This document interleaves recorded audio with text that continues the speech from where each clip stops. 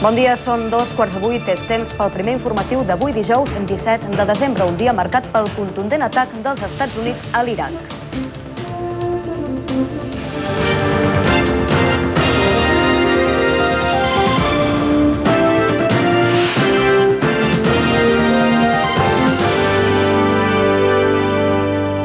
Els Estats Units ha complert la seva amenaça. No ha esperat ni a tenir l'autorització de l'ONU. Sense avís previ, forces nord-americanes i britàniques han llançat aquesta nit un atac contra objectius militars iraquians, el més violent des de la Guerra del Golf. L'operació Guineu del Desert hauria provocat, segons un primer balanç, almenys 5 morts només a la capital, Bagdad.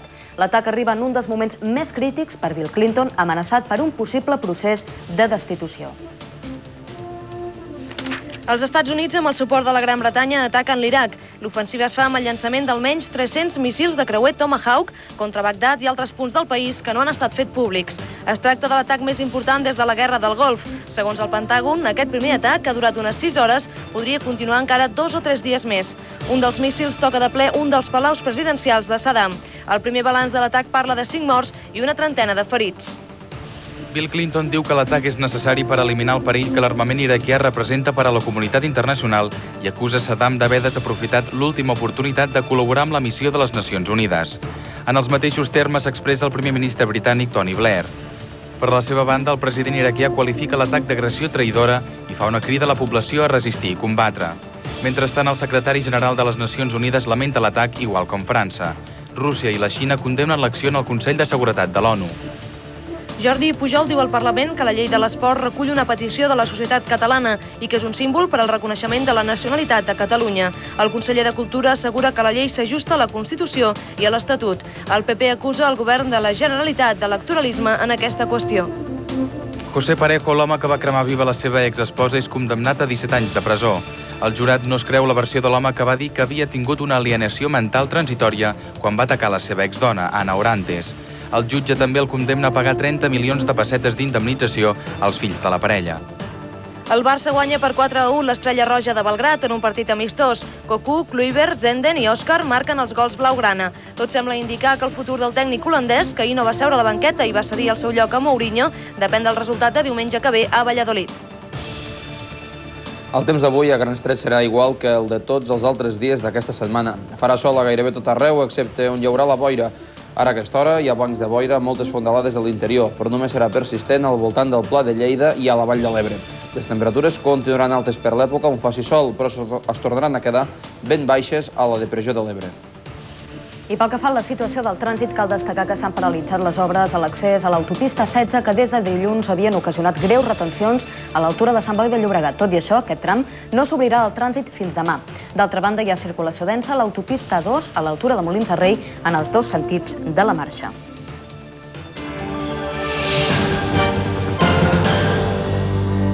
Poc abans de les 11 de la nit, forces aèries nord-americanes i britàniques llançaven els primers atacs contra objectius iraquians en una operació anomenada Guineu del Desert.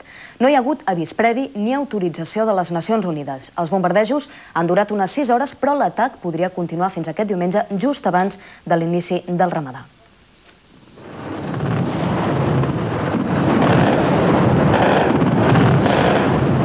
Eren les 23:30 d'ahir a la nit.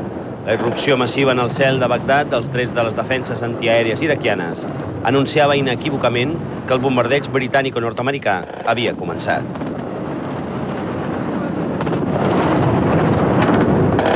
Els Estats Units, amb el suport aeri britànic, han llançat almenys 300 míssils de creuer Tomahawk contra Bagdad i diversos punts no precisats de l'Iraq, en la primera fase d'un atac aeri que podria durar 2 o 3 dies més, segons fonts oficials del Pentàgon.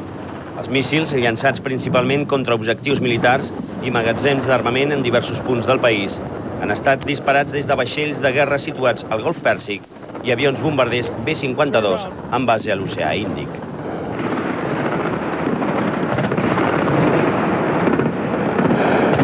Part d'aquests objectius, sempre segons el Pentàgon, eren llocs relacionats amb armes de destrucció massiva, defenses antiaèries i centres de control i de comandament de l'exèrcit.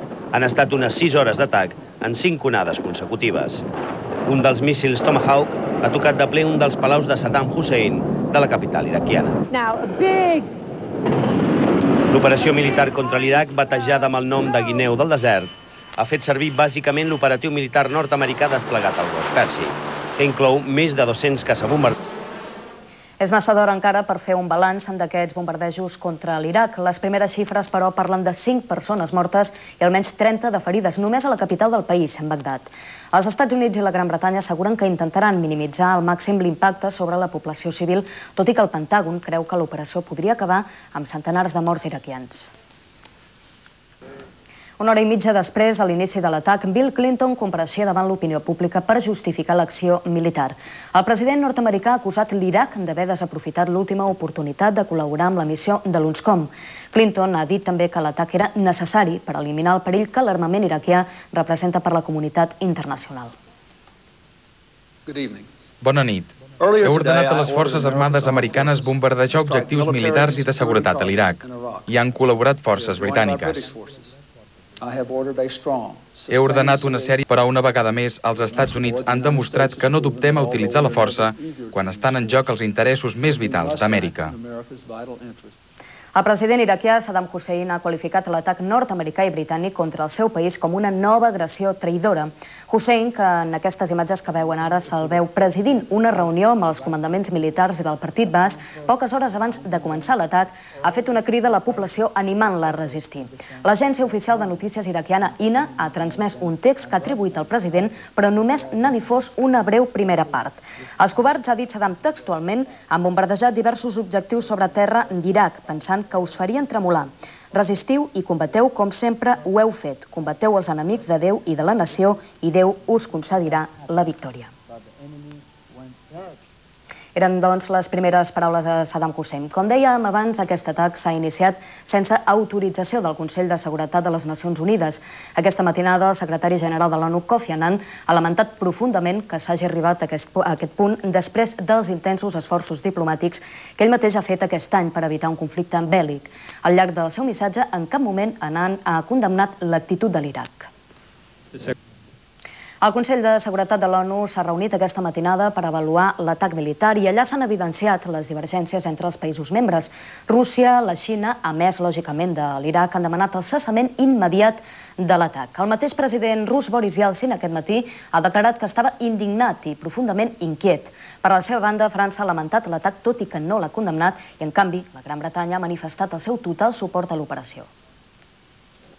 I anem ara mateix a Washington per conèixer amb el nostre corresponsal Ramon Rovira les conseqüències i les reaccions més destacades després de l'atac militar. Ramon, bon dia.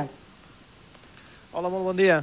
Una de les primeres conseqüències d'aquest atac ha estat l'ajornament de la votació de l'impeachment o procés de destitució de Bill Clinton a la Cambra de Representants i això ha generat fortes crítiques als republicans. Sí, de fet, aquest procés de destitució del president Bill Clinton, l'impeachment que s'havia de debatre avui, en aquests moments són 3:45 de la matinada aquí a Washington, havia de començar d'aquí 7 hores, com dèiem, a la Cambra de Representants. La primera conseqüència que ha tingut l'atac militar dels Estats Units i la Gran Bretanya contra l'Iraq és que aquest procés ha quedat momentàniament paralitzat. No se sap si serà demà o probablement demà passat, quan finalment es podrà reprendre la sessió, quan començarà aquesta sessió de la Cambra de Representants i, per tant, es començarà a debatre i posteriorment votar el procés d'impeachment que finalment ha d'arribar al Senat perquè decideixi definitivament si Bill Clinton és o no destituït. Però hi ha hagut una altra conseqüència important, la reacció que han tingut els diversos representants, els diversos líders del Partit Republicà, el principal partit de l'oposició. En general, tots els responsables màxims d'aquest partit han coincidit en manifestar la seva sorpresa per l'atac i alhora també les seves crítiques a la decisió presa per Bill Clinton de fer-lo justament en aquest moment, quan es troba enmig d'un procés d'impeachment. La confluència d'aquests dos extraordinaris aconteixements, d'una banda l'atac militar contra l'Iraq i d'altra banda el procés d'impeachment, ha fet mal pensar a més d'un i fins i tot un dels més importants destacats líders del Partit Republicà, el portaveu en el Senat, Trent Lott, ha dit que no donava suport a l'acció militar que en aquests moments portava a terme el govern nord-americà. Aquesta situació és completament nova dins de la política nord-americana perquè sempre que s'havia portat a terme una acció militar d'aquest tipus tenia el suport de tots els partits polítics, fos qui fos el president que en aquells moments estés a la Casa Blanca. Els republicans han malpensat d'aquesta acció de Bill Clinton i justament les primeres enquestes que s'han fet després de l'atac sembla que mostren una opinió pública majoritàriament favorable a la decisió de Clinton. Sí, efectivament, són enquestes molt recents, pràcticament s'han fet d'urgència durant les primeres hores d'aquesta matinada i sobretot són de dos canals de televisió nord-americans, d'una banda la CNN i d'altra la ABC. Les enquestes demostren el mateix. Pràcticament el 70% dels nord-americans estan a favor de l'atac militar contra l'Iraq, mentre que un 30% pensen que darrere hi podria haver algun motiu amagat, algun interès especial, una cortina de fum del president Bill Clinton per intentar amagar els seus problemes domèstics. Però una immensa majoria donen suport a aquest atac militar. També cal dir que una altra majoria pensen, en canvi, que després d'aquest atac militar difícilment es podrà reduir o destruir del tot la capacitat de producció d'armes de destrucció massiva de l'Iraq. Només una minoria pensen que aquest atac serà suficient com perquè Saddam Hussein no torni a amenaçar els seus veïns. Fa uns moments parlàvem del rebuig que en alguns països ha provocat aquest atac i, Ramon, sembla que aquesta vegada, en aquesta crisi, els Estats Units es troben més sols que en anteriors ocasions. Efectivament, una mostra n'és, i ho explicava fa molt pocs minuts, el que ha passat aquesta matinada en el Consell de Seguretat de les Nacions Unides. Aquí darrere es veu la Casa Blanca, que està en aquests moments pràcticament a les fosques, però aquesta és una ala de la Casa Blanca en què no es treballa habitualment. La part en què treballa el president Bill Clinton és de l'altre costat de la Casa Blanca. En aquests moments el president està treballant, fa gestions telefòniques, parla amb diversos líders mundials per intentar recuperar aquest suport que altres vegades havia tingut els Estats Units a l'hora de portar a terme les seves accions militars. Com dèiem, el Consell de Seguretat de les Nacions Unides ha deixat clar que els Estats Units i la Gran Bretanya no tenien el suport unànim d'aquest Consell de Seguretat i que molts països han criticat aquesta acció. Un altre element important és que alguns països de l'àrea del Golf, tradicionalment aliats dels Estats Units, en aquesta ocasió tampoc han donat un suport explícit a l'acció militar.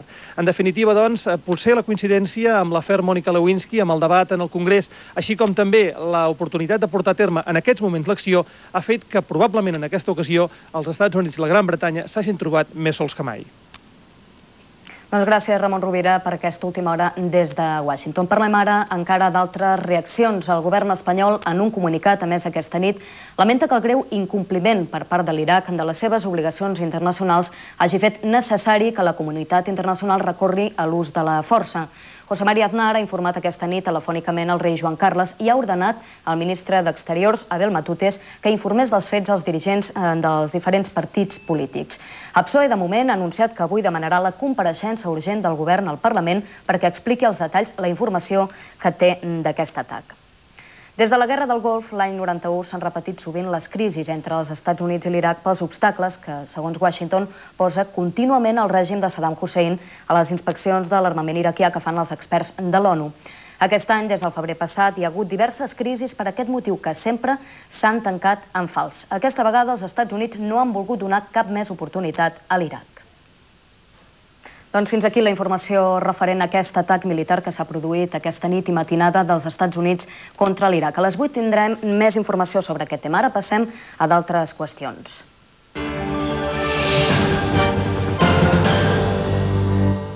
La llei de l'esport que el govern català va aprovar dimarts i que ha d'enviar al Parlament va aparèixer en la sessió de control al govern que es va fer ahir a la Cambra Catalana. El Partit Popular va acusar el govern de la Generalitat de moure's únicament per interessos electoralistes i va dir que la llei de l'esport és una llei inviable. Jordi Pujol va replicar que aquesta llei recull una petició de la societat catalana i que representa un símbol per al reconeixement de la nacionalitat de Catalunya. Al matí, el conseller de Cultura, Joan Maria Pujals, havia assegurat que la llei s'ajusta perfectament a la Constitució i també a l'Estatut. José Parejo, l'home que va cremar viva la seva exesposa a Granada, ha estat condemnat a 17 anys de presó després que un jurat popular l'ha considerat culpable del crim. El jurat no es va creure la versió de l'home que va dir que havia tingut una alienació mental transitòria quan va atacar la seva exdona, Ana Orantes. El jutge també l'ha condemnat a pagar 30 milions de pessetes d'indemnització als fills de la parella. A més, quan surti de la presó no podrà viure al mateix lloc que els seus fills, almenys durant 2 anys i mig. La sentència ha recollit, com a atenuant de la pena, que Parejo va reconèixer davant les autoritats haver comès l'assassinat. I avui continuarà declarant davant la jutge Ricardo Guerra, l'ultra de 23 anys acusat de la mort d'Aitor Zabaleta. Els familiars de Zabaleta, que va morir, recordin, apunyalat a les portes de l'estadi Vicente Calderón de Madrid fa una setmana, van anunciar ahir en una roda de premsa que es presentarien com a acusació particular en el cas. La família del presumpte assassí, per la seva banda, ha manifestat el seu convenciment que Ricardo Guerra és innocent. Mentrestant, les investigacions de la policia van portar la detenció ahir d'un altre presumpte implicat en aquest apunyalament. Les polèmiques obres de l'accés a l'autopista 16 han quedat, com dèiem, en començar el telenotícies, finalment ininterrompudes davant la pressió que els alcaldes del Baix Llobregat han fet sobre el Ministeri de Foment. Aquesta marxa enrere no resoldrà els problemes de trànsit que des de dilluns afecten aquest tram. La carretera, que ja estava totalment aixecada, no obrirà aquest tram per la circulació de cotxes fins demà. Gran part de la feina que s'havia avançat aquests 2 últims dies no servirà de res, perquè ara s'està treballant per deixar la carretera com abans. Passades les festes de Nadal, es reprendrà el projecte de la Pota Sud i caldrà tornar a començar pràcticament de zero. I altres notícies destacades de les últimes hores són aquestes. El Parlament de Catalunya va aprovar ahir per unanimitat la llei que regularà les relacions de convivència entre aquelles persones que, sense ser parella ni formar família, decideixen viure juntes. La normativa està especialment pensada per a la gent gran i aquells avis que decideixen compartir domicili per no dependre de les seves famílies. En total, a Catalunya hi ha 170.000 persones que es podran beneficiar d'aquesta llei. Una casa del nucli antic de Lleida es va ensorrar ahir a la tarda i va provocar ferides a una dona que passava pel davant. La dona va rebre un impacte al cap, però el seu estat no és greu. Els fets van passar al carrer de la Palma, en ple centre històric de Lleida. En l'edifici ensorrat no hi vivia ningú pel seu estat ruïnós. El projecte de tramvia que ha de connectar les poblacions del Baix Llobregat amb Barcelona fins a la plaça de Francesc Macià per la Diagonal va rebre ahir al vespre l'impuls definitiu.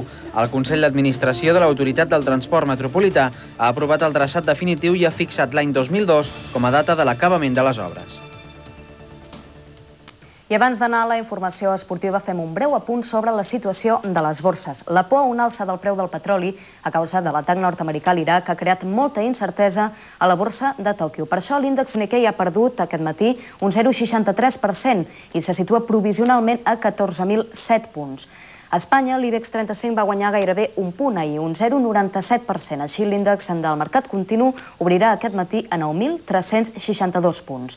Nova York, d'altra banda, va perdre un 0,37%. El Dow Jones, doncs, va tancar a 8.791 punts.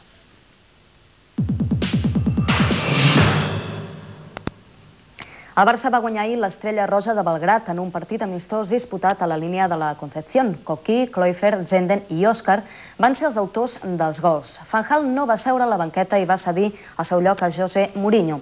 Tot sembla indicar que el futur del tècnic holandès depèn del partit de diumenge a Valladolid.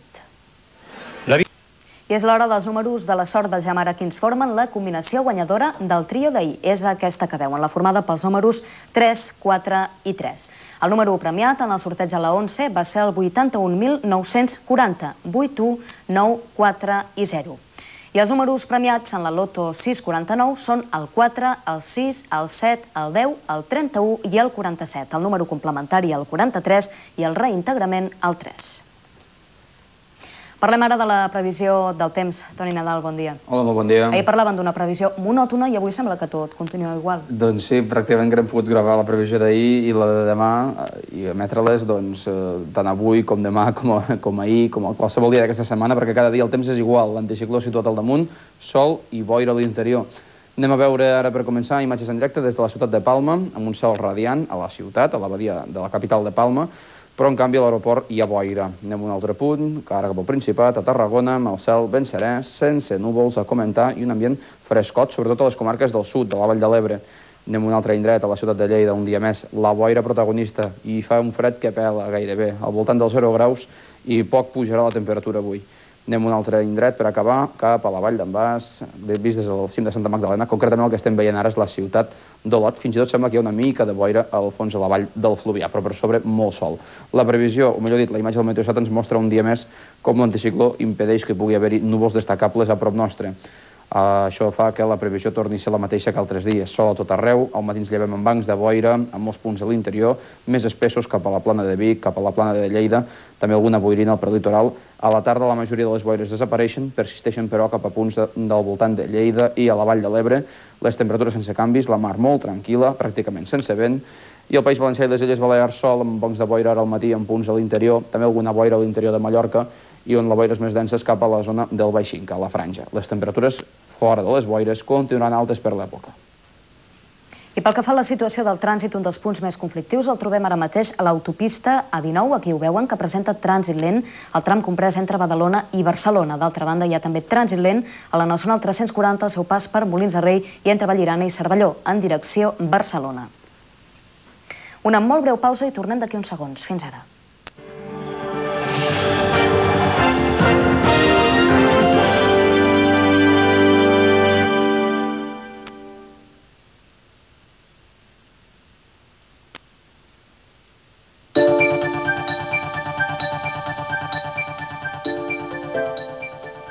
Bon dia, de nou són les 8. Reprenem el repàs de l'actualitat d'aquest dijous marcada per l'atac dels Estats Units contra l'Iraq.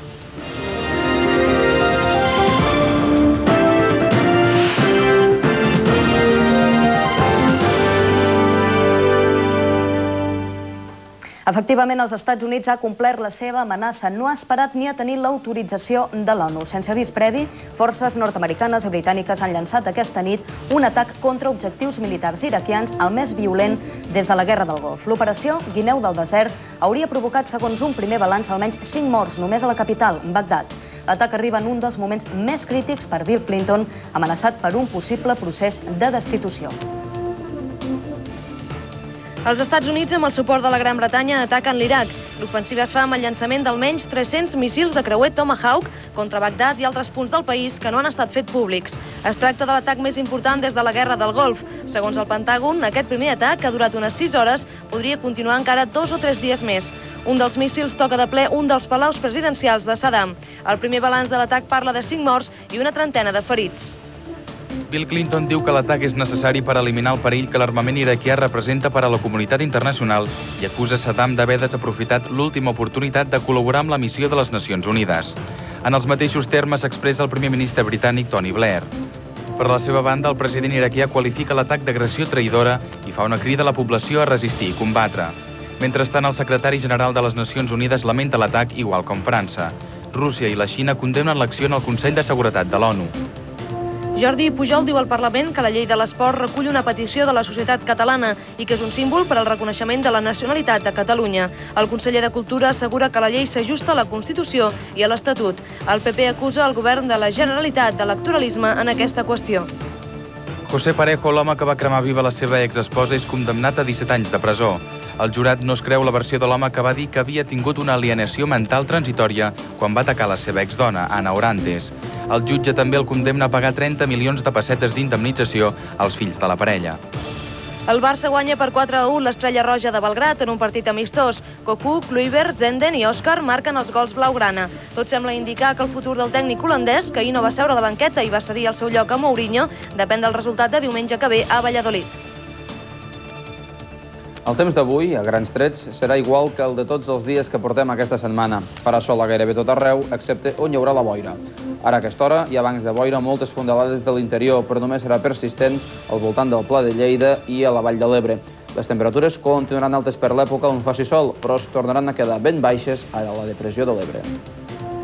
I pel que fa a la situació del trànsit, les rondes de Barcelona són en aquests moments un dels punts més conflictius. Hi ha trànsit lent a punts com la Vall d'Hebron, la Via Júlia o el Passeig a Vall-llaura. D'altra banda, l'autopista 2 continua presentant lentitud a l'altura de Molins de Rei en direcció Barcelona.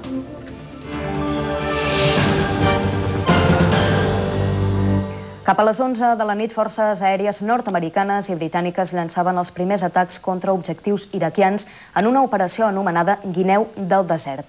No hi ha hagut avís previ ni autorització de les Nacions Unides. Els bombardejos han durat unes 6 hores, però l'atac podria continuar fins aquest diumenge, just abans de l'inici del Ramadà.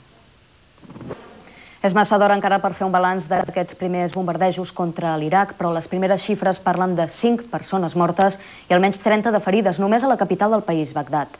Els Estats Units i la Gran Bretanya asseguren, però, que intentaran minimitzar al màxim l'impacte sobre la població civil, tot i que el Pentàgon creu que l'operació podria acabar amb centenars de morts iraquians. I segons una informació d'una ràdio iraniana, un dels míssils llançats per les forces nord-americanes ha caigut a una ciutat del sud de l'Iran, fronterera amb l'Iraq. Es tracta de la ciutat de Khorramshahr. Segons les mateixes fonts, no hi ha hagut víctimes. Una hora i mitja després de l'inici de l'atac, Bill Clinton compareixia davant l'opinió pública per justificar l'acció militar. El president nord-americà ha acusat l'Iraq d'haver desaprofitat l'última oportunitat de col·laborar amb la missió de l'UNSCOM. Clinton ha dit també que l'atac era necessari per eliminar el perill que l'armament iraquià representa per la comunitat